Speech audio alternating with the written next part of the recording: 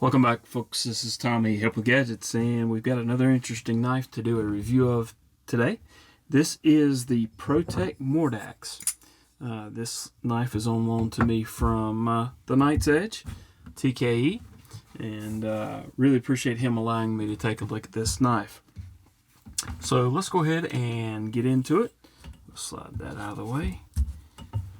Alright, we're looking at about a little over 3.5 inches, a little bit over 3.5 inches for the overall blade length, and just over 8 inches, like 8.25 for the overall length. Alright, and let's go ahead and get a measurement of the weight.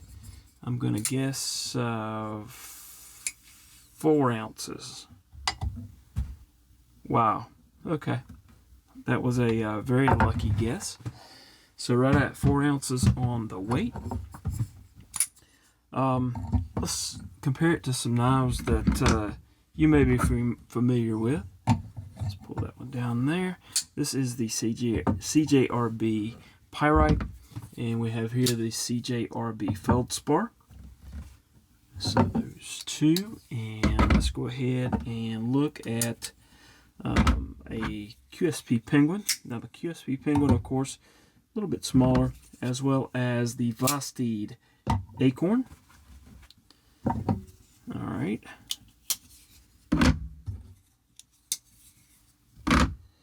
This is the Benchmade 940, and also the Ozark Trail.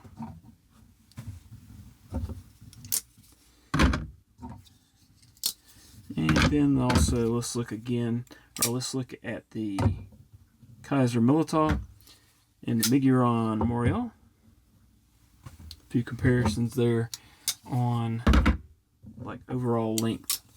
We can also look here at the Vosteed Croc. I've had that one in pocket today. That one's getting a bit smaller, so that's a good comparison as well. Let's look at the thickness here against the Militao. You're going to see something very similar there. The Miguron Morial is going to be a little bit wider, I believe. Yep, there we go. And let's do the Feldspar. That's it. Feldspar is just a tiny bit wider, it looks like. In pocket, you're looking at a similar profile there with the Feldspar.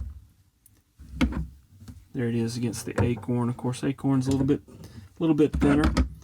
Here it is against the Ozark Trail. Okay, so that's just going to kind of tell you how much real estate it's taking up in. I have a pair of pants here. Let's see how it's looking in pocket. The clip works very well, sliding in and out of pocket. Of course, it's not going to cooperate when I'm trying to do it on camera, but that's how it looks in pocket.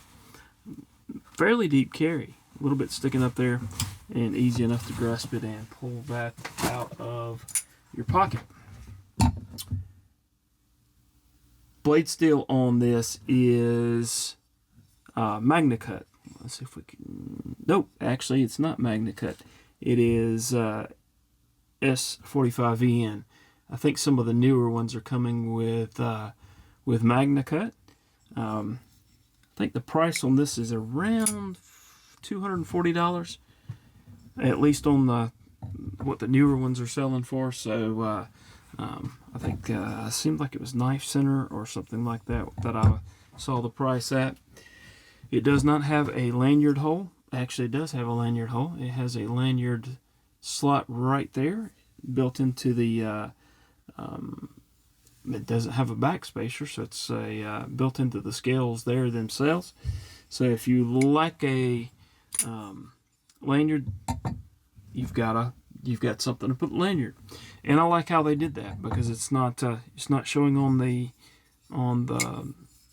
knife when you look at it. Only when you flip it up like that do you see that lanyard hole. Jimping, about the only jimping I see on this knife is there on that flipper. Speaking of flipper, that's the only opening method for this knife. and it works very well. Of course, the lock is this button lock, and if you want to see the internals on this knife, please take a look at the disassembling cleaning video that I did on this particular knife. Detent works just fine. It's fairly snappy, so can't complain about that at all. No blade play up and down, side to side, but I did do a disassembling cleaning as I mentioned.